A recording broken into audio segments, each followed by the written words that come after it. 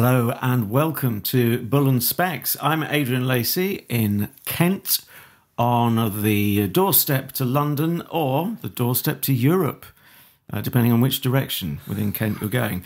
It's a geography lesson. Depends if you get on the wrong train, doesn't it? Well, there is that, yeah. I've done that before now. And he's already entered the fray, I'm afraid. In the frozen Midlands, we have Shane O'Connor. I can't help it. I'm a natural-born fray enterer. Yeah. Do we welcome. even decode that for our mystified audience? Yeah. Nah, I can't be bothered. Tell them to look it up. Okay. Google it.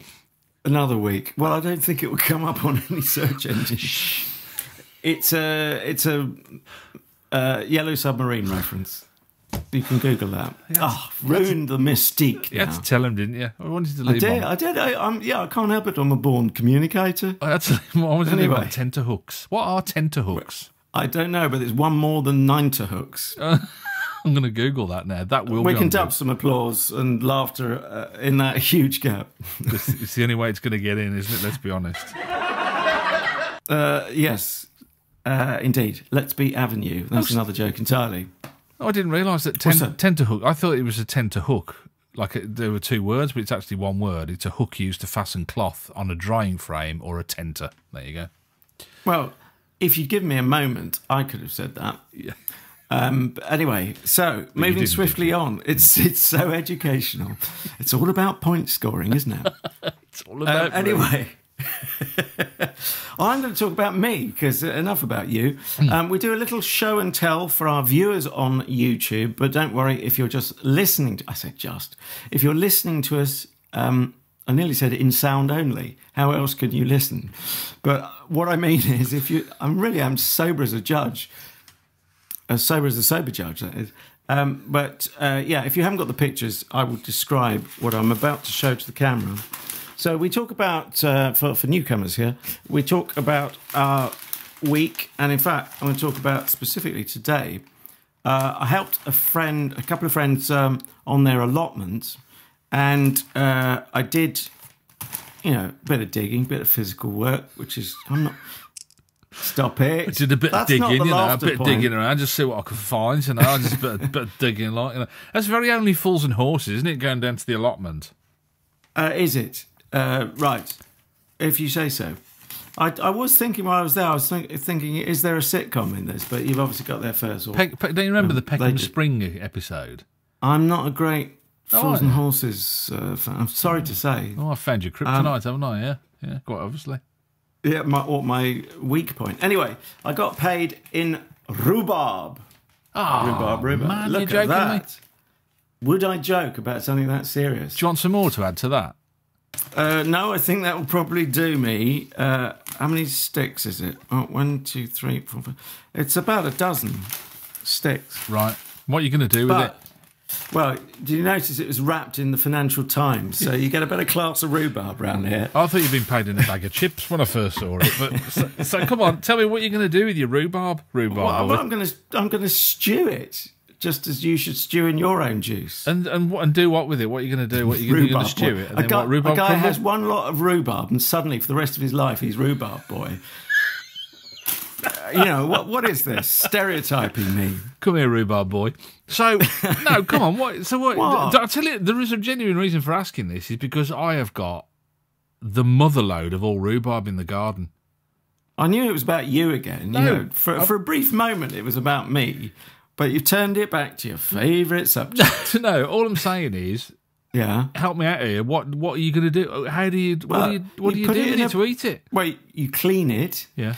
You chop it up. I don't think any of this really should come as news to you, even in the Financial Times. Yeah. And then you put on a low heat with a bit of water. A bit of sugar. I was very old school last time. Yeah, I put a bit of sugar on. But it's pointed out, my friends from the allotment have got some herb type thing that I cannot remember the blimmin' name of, which they say sweetens it.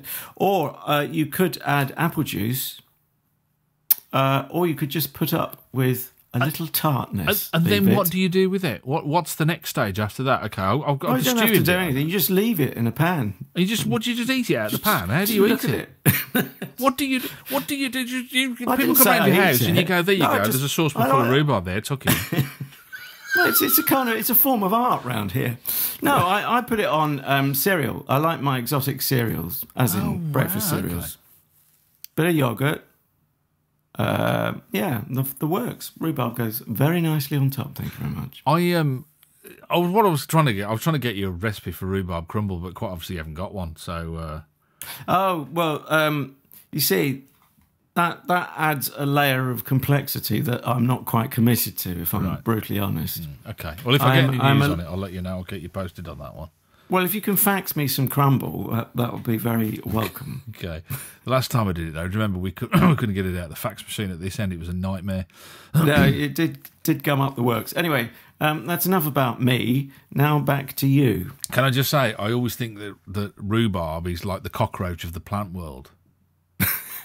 What, that it would take over the world? You can't kill it, can you? You just can't. I tried to get rid of rhubarb once. Well, you should never do that anyway. 2 houses ago. Well, we didn't want it. Or I moved it or something. And I moved this rhubarb, and the next year, the same plant came. So I got 2 rhubarb plants. I thought, oh, my God, I didn't want the one that I've got. Now I've got 2. They're a bit like that, aren't they? So I don't know. But, yeah. I've had a real trauma this week, to be honest with you. I'm not going to lie. It's been tough. It was touch and go at one stage. Sorry, I shouldn't laugh. This is my... this is my show and tell for anybody that wants to know about these. These are my recently bought Marigold gloves. They are Marigold gloves, so you can't say, oh, they're not generic gloves. These are actually made by Marigold. I don't know if they logo them up. I don't know. Yeah, they do. I don't know. Well, we know from a previous episode, just to dive in here, they are not the gloves that came free with your septic tank tablets. No, as frequent viewers or listeners will know. Well, basically, what it is, it's just a quick on for you. I haven't had eczema. For those who don't know, it's like a skin condition where you get sort of sore and sometimes cracked skin as well. It's like, I haven't had eczema since I was a kid, so we're talking about 30, 40 years. And we moved to this house. My son's got it. My wife's got it, and I've got it now. And do you know what I think it is? And I looked it up the other day. They now think, why didn't they tell me this 30 years ago? They now think that hard water causes eczema. Believe it or not. Really? Well, I'm in an extremely hard water area. Surely it needs something else as well as. No, well, you just have to be susceptible to it. I think that's the thing. Is that if it breaks down the epidermal layer. And reduces the protection that your skin has got to replenish natural oils and stuff like that. Okay, so but that isn't what. So basically, washing up, because we're refurbishing the house and we haven't got a dishwasher. I mean, it's like it's brutal in here. And we're washing up by hand. And I got these industrial gloves, these big, really big, gauntlet industrial. And my wife said, "You can't do the washing up with those. You look like you're about to empty a petrol tanker or something like that." So. She bought me some of these. But here's the dilemma. Obviously, Marigold only make gloves for small-handed people. Because I come to put these things on. These are large. And, I mean, my PVC play suit doesn't fit as tight as this. It's ridiculous. I don't wish to know about your PVC play suit. Nobody ever does, to be honest with you. I answered the door to the postman the other day, and I opened the door in my PVC play suit, and he said, "That's a funny place to have a door." Bum bum. But look how snug they are. I mean, they're cutting off the circulation practically. So I'm gonna have to write to Marigold in green pen, and say, look, this is, they've got the attention to detail. They put like colour graduation on them, but they don't make them for big-handed men or big-handed women, presumably. I guess there are people like that out there. But yeah, so there's my dilemma of the week. If you've got any suggestions of anything that I could... I mean, there's nothing you can do, is there? That, I feel... Look at that. What about... I can't wash up in those. Look at that. What about... I can't even do that. Going back to the... Well, you just did it. Oh, yeah, that's all right. I went to the doctor the other day. I said, it hurts when I do that. He said, don't do that. Anyway, moving on from ancient Tommy Cooper gags. Yeah. surely you're missing a trick here. You should go one step further up the causal chain and get a water softener. Then you wouldn't need the marigolds. Well, do you know, that's the thing in itself, isn't it? Because there are so many different ones on the... So many different ones on the market. If you just ruptured yourself. Got one off. Well... There's so many different ones on the market. I mean, you can spend hundreds of pounds, Adrian. It's a good point, and I think we will when we... when you've quite finished. Look at that, the mountains got all red. When we do it eventually, I think we'll do that. But yeah, so you know, the good thing is though, I can actually nip outside. Go up to the cows in the next field. They think I'm like a kind of giant rooster now. They don't really know. They don't. I just shout "cock-a-doodle-doo" at them. I thought you were going to pull the other one there for a moment. You're listening to the Bull and Specs podcast with me, Shane O'Connor, and him, Adrian Lacey.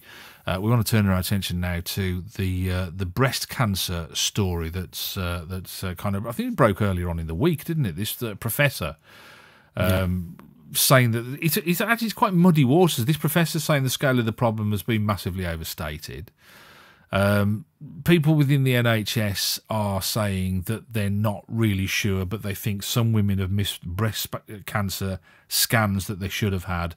I think you've got some additional to that as well, but I just want to mention from a government perspective, Jeremy Hunt has told Parliament that up to 450,000 women may have missed scans, which is a huge, ridiculously huge amount, a figure to bandy about. Nearly 500,000 people have missed scans.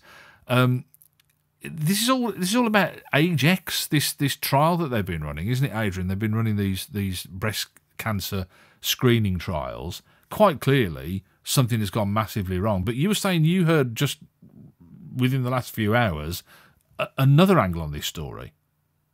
Well, actually, the Age X, yes, the more you dig into it, Age X is an extra project looking at widening the age range for breast screening, and that it is they who, as I understand it, who flagged up this problem with the missing screenings. And then there's another thought that the cutoff was 70 instead of 71, because if you're between the age of 50 to 70 as a woman, then you will have this ramped up screening for possible breast cancer.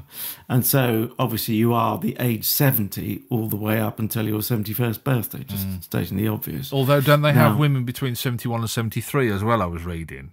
Age X is expanding that and researching that as to whether that's going to be an efficient way of reducing the incidence of breast cancer, or catching it early. Does it worry you? I mean, these kind of stories, I always wonder whether it's a bit of a worry that we can't go, oh, actually, we should have included this, but we didn't include that. That it has to become a huge, scandal is the word that they've been using, isn't it? That it has to. I mean, does it have to become that, or can we just say, actually, with the best intentions, there was an error made, that isn't correct. We're going to correct that now, and we don't. Does it have to be a scandal as well? Is that part of it? I don't know. Yes. When is a scandal not a scandal? It feels like a very overused word, doesn't it? Perhaps particularly because you and I home in on these things that seem to come along all too frequently. It's like ready to outrage, ready to be outraged, isn't it? There is that element to it. Well, we are in the age of anger, aren't we? An age of anxiety.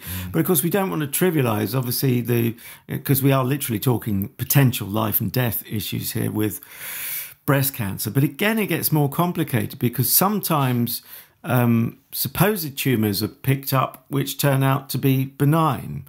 And then the other way round, of course, you can be screened and then being given the all clear, and then it subsequently turns out you're not all clear. And of course, scanning isn't the only way of detecting breast cancer, is it? I mean, am I being ignorant? But in the same way with testicular cancer, women are encouraged to to feel and check their breast for lumps and abnormalities or any hard parts. Do you know what I mean? So isn't that It's not we're all just sitting around waiting for the NHS to call our number out and go, right, okay, now it's your turn to be screened, and if they say it's okay, it's okay. We have to take some active responsibility in all of this, don't we?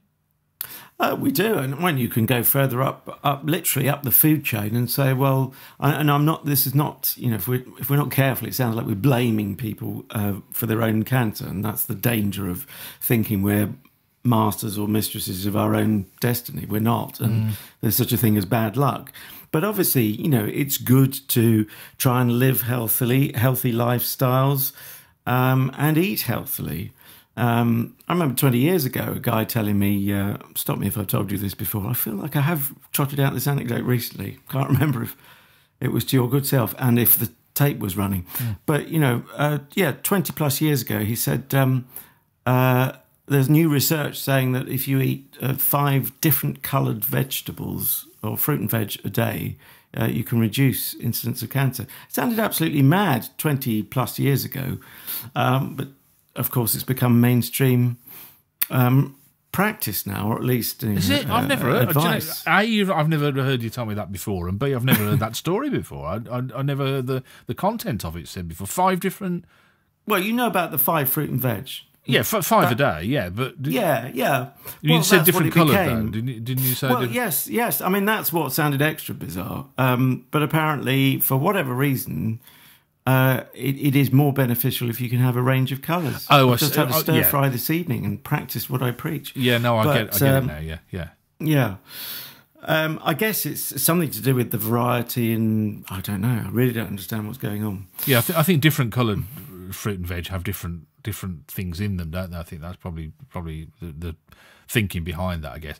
Right. Do you see, one of the things that I'm always minded of is that, and I think I have said this to you before, I'm always flabbergasted that you can't go from your GP and get referred to the hospital and they can't look at the same set of notes that your GP can see. And you realise how basic the computer system, well, not basic, but how incompatible and disparate they are within the NHS. You'll be able to tell this from within the BBC as well. You'd think the BBC are in the business, half of it is well, not half of it, but part of it deals with radio. You think, well, they'd need all the same gear, wouldn't they? Because they've all got different gear, haven't they? None of it talks to each other. TV exactly the same. You think they'll have the same gear. I remember they were trying all different editing software, so nobody has the same stuff. It's the same in the NHS, Adrian, and this is what worries me, is that, they're talking about databases and computer systems. If none of these things talk to each other within the NHS, you might as well keep the information on a bit of paper and put it in a bucket, because it's no use to you. If you can't retrieve it where you need it, the information's of no use, is it? Well, again, it's more complicated, and may I say that not just because the BBC is one of my clients, they built a new broadcasting house from the ground up in terms of compatible software. It's a dream compared to where we were previously. So still that crap. has been... I couldn't possibly comment. Well, it is. Well, I can, and it's still crap. I mean, it is still, it's still incompatible. But I mean, this is nothing new. I remember years ago, my brother worked for Courage, the brewery. He worked in brewing well, he's a tax consultant, but he worked in brewing. And he worked for Courage, and he thought, it was about the time when people started, I'll have a computer at home and all this kind of stuff. And he thought, well, I'll buy one through work, because obviously they've got purchasing power. They're buying computers and, whatever, better than me going down the high street. And it turned out Courage were buying computers for like 500 quid more than you could get them in Curry's. That's mad. And this is how big business is, because you think that they do it one way, but they don't. They don't do it that way. Okay, well, okay. Let's get a bit of balance with the NHS. Do you not remember how much hoo-ha there was when the NHS was trying to integrate medical records? And I didn't understand it. Call me naive. I mean, provided you've got all the usual safety catches and all of that, I couldn't see a problem with having one system throughout the NHS. But there was a lot of resistance to it, and I think didn't it come from within the NHS itself, the National Health Service, we should say, for people outside probably, the United Kingdom. And this is a few years ago. So major IT problems. I mean, or major IT projects tend to have problems. You see, I've got confused with projects and problems, but they are virtually synonymous very often, aren't they? I told you the story, didn't I, about my dad having his heart surgery, and he's 89 now, and he had it a couple of years ago. So he was about 87, say, at the time. And I remember going with him for certain appointments, and I remember seeing 3 consultants in one day, and they all said, "Right now, tell me about what's happened with you." Well, I've had a heart operation. What do you think's happened with me? I ain't come in to do the windows, have I? Do you know what I mean? And and they're all sitting writing it on a piece of paper, and you're thinking, what? This is 2016 or whatever it was at the time. What the hell's going on? Do you know what I mean? It's like they should all be able to go, oh, I see. You'd expect to have an iPad, wouldn't you? Go, oh, let me. Okay, Mr. O'Connor, let me call that. Oh, yes, I can see. Well, we fitted this kind of thing there and that. It's prehistoric. It's like in the Dark Ages. And so this, back to the story about the screening and the cancer screening, no surprise at all. I mean, this, I don't have any confidence in their ability to deal with IT. And do you know that's the thing? I went to the bank the other day and to do some business, and she went, oh, I had to go and have a meeting with the person, and she was saying, oh, this is a new computer way of doing things now, and honest to God, what a meal! And you think these are banking professionals, for goodness sake? And she was like a 5-year-old in curries. It was just, and that's the reality of it. I'm afraid people think it's one thing, but I think it's completely another. Well, anyway, I just wanted to say, and I'm sure you would echo this. I mean, my main concern and empathy goes out for people who've lost someone who would have fallen into this category, potentially, of the 450,000 women affected. And you will never know. That's the problem. You will never know. Could they still be with you today? No. Could they have lived longer? Could they have lived, had a greater quality of life? And as one woman's described it, almost as though she's lost her mother for a second time. And, that's where IT problems hit kith and kin, and that's where it gets painful. Although you're right, and I echo your sentiment, but I would add to that, don't wait. This isn't a nanny state. Don't wait for the NHS to come and tell you it's your turn to find out whether you're healthy or not. Take that in your own, literally take that in your own hands and check, and your health is your responsibility. It's not a welfare state to the extent where it's a nanny state. It should be that you look after yourself and you make sure you go, okay, I'm gonna take responsibility. I'm gonna check if I don't feel well. I'm gonna go and find out. You know what I mean? You've got to do that as well. You can't. What I'm saying is, don't rely on these people to be what you think they are until you know that's what they are.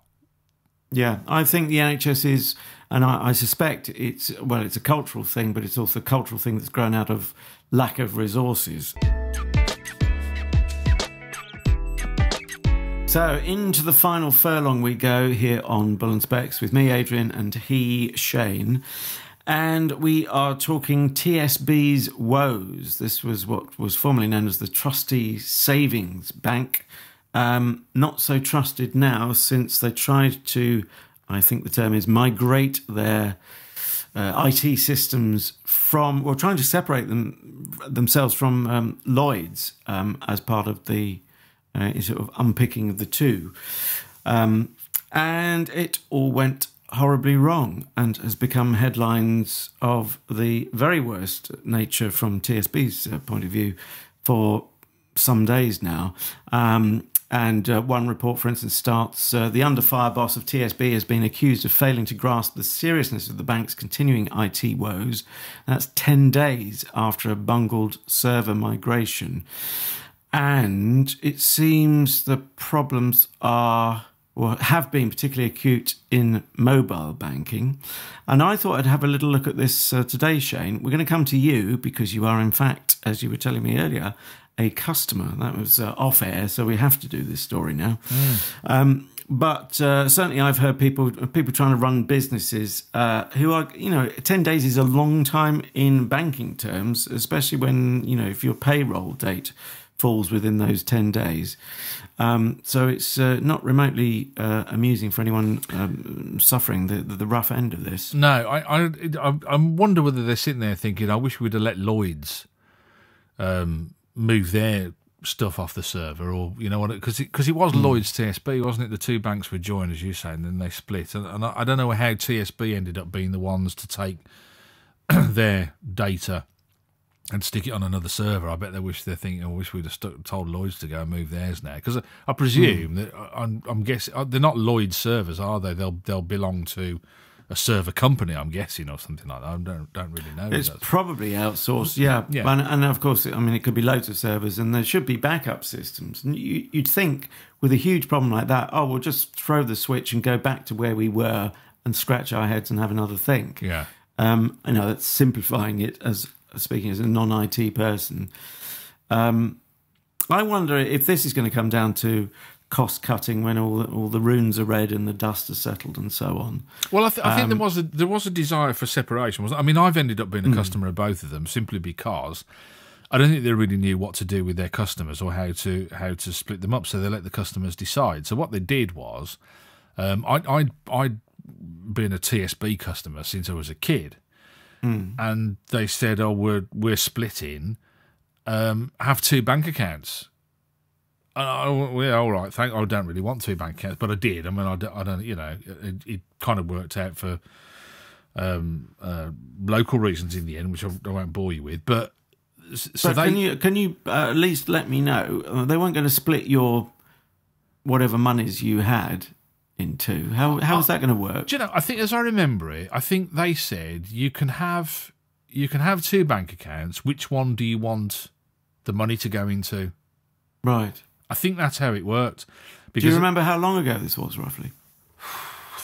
8 years, something like that. Did they? Right. 10 years? When did I can't remember when they split. Really. I suppose it was post-financial crisis, I think. Yeah, I guess so. I mean, I can't remember why they wanted to split. Can you? I don't know why they split the two up. I'm not really. Didn't Lloyd's sell them off or something, or Lloyd's sold TSB off, or were they the junior partner? TSB were taken over. I thought it was fallout from the financial crisis, but anyway, I don't think it was. I don't remember it being like that. Anyway, but so they said, like, have two accounts. Which one do you want to stick the money in? And so I chose, but I ended up with two accounts. So presumably the customers that have been affected now, I mean, as you said, business customers, it's a completely different ball game. I mean, I got to say, I got to hand it to you. I had an email off them the other day saying, rest assured, we know there's in fact, quite the reverse of what these news stories are saying. And I thought, actually, it's quite refreshing that they bothered to do this. They sent an email saying, we know we've got a serious problem. This is what we were trying to do. They explained it all. They said, we guarantee no customer will lose out, so whatever, because I can't, at the moment, I don't think. I tried to pay my credit card bill the other day and I couldn't pay it. It just wouldn't work. So if I get charges on that, they're gonna pay the charges. They've said no TSB customer will lose out, so any interest or anything, we're going to put everything right as far as that's concerned. And I thought, actually, I looked at that, I thought, well, that's quite proactive. I'm quite impressed with the way they did it. Next thing I know, the press are all saying, "Oh, it's terrible." But like I say, I'm a non-commercial customer, so it's a different ball game, isn't it? Really, I mean, if you're trying to pay your staff, that's a bit of a different gig, isn't it? Completely, really. Yeah, although I mean, people can be in far more serious straits if it's the only bank account you've got as an individual, and True. You could get in. And what if, in the worst case, and when something's on a vast scale, we know there can be some very extreme cases. Well, someone could get repossessed, couldn't they? If they can't meet mortgage payments, it's all very well TSB writing a nice email saying, "Oh, you won't be out of pocket." Yeah, but hang on, at what stage are you going to sort everything so that I can, pay my mortgage for the month? But equally, what do you do? I mean, if you're sat down in the back of a taxi and the taxi breaks, it's no good screaming at the driver, "Oh, well, I've got to get to a wedding, or I've got to do this." Well, it's broken. What do you want me to do? You know what I mean? It's to me, it's that there is that kind of element to it as well. I do kind of. I never thought I'd be sitting here defending a bank in my life, to be honest with you. Also, you confused me for a moment because I thought you meant the taxi driver put the brakes on, but it turns out you mean the car has broken. Yeah, sorry, yeah, as if the car's broken. You should be a headline writer for Sky News. No, they'd understand too many of the ones that I write. Yeah, do you know what I mean though? If you're in that situation and it is broken, I mean, you can only do what you can do, and you can only make reparation. It's like you say. I mean, they've written a nice email.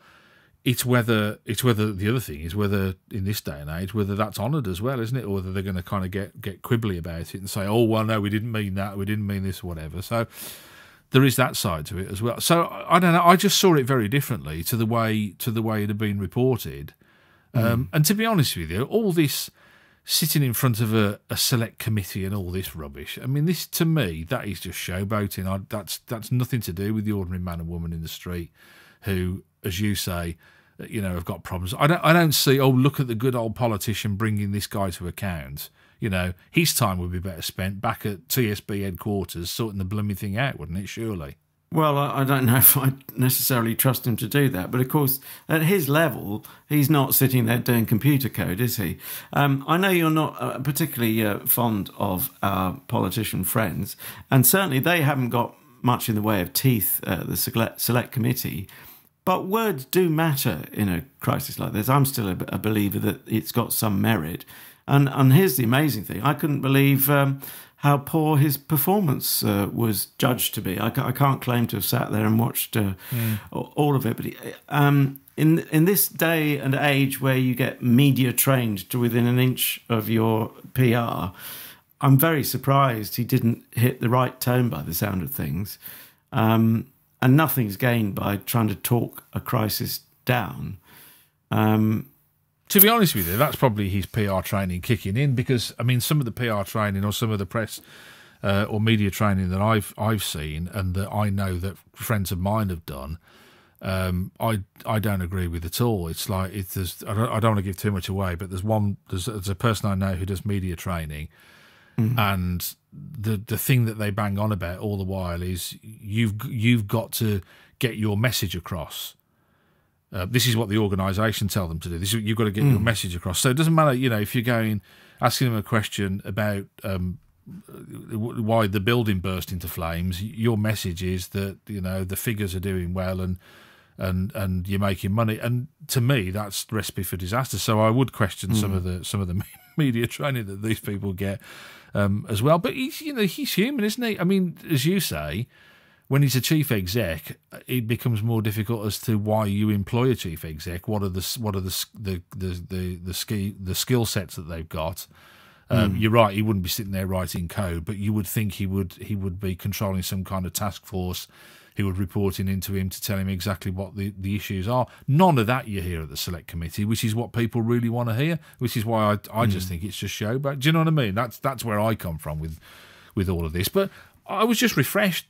Genuinely refreshed that a company actually stood up and went, we know we've got a problem. I'll have to dig the email out and show it you, but it was like kind of, and I thought, even me with my big cynical fat face on, sat there and thought, oh well, that's quite a refreshing change. So I think it's a refreshing change to hear you not quite so cynical. I know, it's frightening, isn't it, really? I won't comment on the size or otherwise of your face, but obviously it's very easy to ask questions like, why are we here in the first place? What went wrong? I guess, well, it's possible that we'll never know. People on the inside ought to be asking some very difficult questions, including but now, Hester himself, the boss. Now isn't the time for what went wrong. Now is the time for put the blooming thing right. Oh, absolutely. And then afterwards you do it. You don't do a post-mortem while the patient's still alive, do you? You do that afterwards when it's probably a bad analogy when they've expired. Yeah, I was going to say we don't want this particular TSB patient to but expire. You get the point though. Is that like I say, politicians going, well, what's gone wrong? It doesn't matter what's gone wrong. How do we put it right? And how is Nicky Morgan going to help put it right? And the answer is she ain't. You know that. Well, no, she personally isn't, but I still think there's some value. She's an elected representative, and she can ask some awkward questions. But and if you say, as is the case, their power is limited, well, again, that's not Nicky Morgan's fault, is it? The select committees have the power they're given. But I suspect if your experience was very much more negative, you'd be glad that he was feeling the heat from someone, whoever that be. But yeah, I mean, ultimately you want it fixed. But I was surprised, just a little bit of looking at TSB, their the official website, there are still loads of things not working, and it was coming up with, I just experimented with mobile apps, because I knew that's where some of the problems were coming up at a week plus ago, and they're still not sorted. That seems an incredibly long time, and also it's not clear when they will be sorted. I tell you, the most frightening thing I've heard, because you wouldn't have thought it's possible. Can I just finish this thought? No, I was just going to say, is it like for you last week? Is it a given that they've got to be sorted though? What if it's irreparably damaged and broken and it can't be sorted? Well, I mean, I was going on to say some people were apparently seeing other people's accounts, not necessarily via the mobile app, that was online. That sounds like a pretty serious problem to me. I don't think I've heard anyone say that they can manipulate anyone else's accounts, but the mere fact that you could look at someone's, I would have thought it would be designed into any system that cannot happen. I find that beggars belief that could even happen under these bad circumstances. We're kind of conditioned that it will be fixed, it will be sorted, it will be okay. And every so often I have that little nagging thought in my head. What if it isn't? What if this is the situation that they go, oh, do you remember when TSB broke everything and it couldn't be fixed? Oh, thanks for that. Well, surely you've upset yourself now as a TSB customer. Never mind our listeners and viewers. It's just a good job I haven't got any money in it, really. Otherwise, I'd really be up the old creek without a paddle. But you would indeed. You'd have something to lose, wouldn't you? Exactly. Anyway, we have run nothing out to of lose. time. I've run out of time. Yeah. Well. Don't try and anticipate what I'm going to say. Sorry. I'm going to get in quickly with the YouTube plug and the sharing plug. We are on YouTube if you're not already there, so just search Bull and Specs. Are you giggling again? Yeah, no, it's just because you don't want to say Stitcher and Spreaker in it. I know you. I don't. You're absolutely right, because I get it wrong. I say Spritcher and Spritz and Streaker. Steaker. Yes, exactly. You've demonstrated the problem I get into. YouTube, much easier to say. And once you go there, you search for Bull and Specs. It's the legendary ampersand that we bang on about this each week. If you're searching for us, apologies if you've heard this each week many times, but it is Bull and Specs, with the and not spelt out but in ampersand form. And also I said I was going to do the sharing thing. Your recommendation, dear listener or viewer or both, is gold dust to us and means something to the people who respect your opinion on things. So if you've enjoyed the shows, we hope you have, back me up on this, as Harry Hill would say, Shane.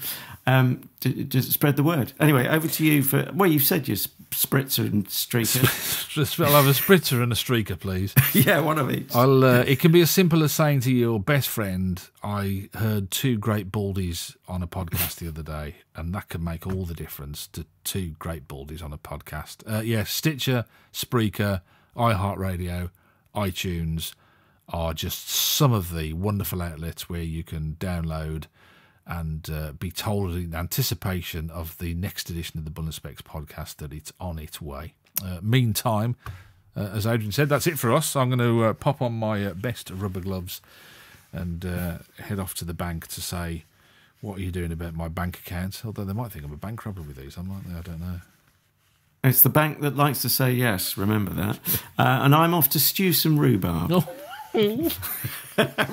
That's not a euphemism. Those trousers.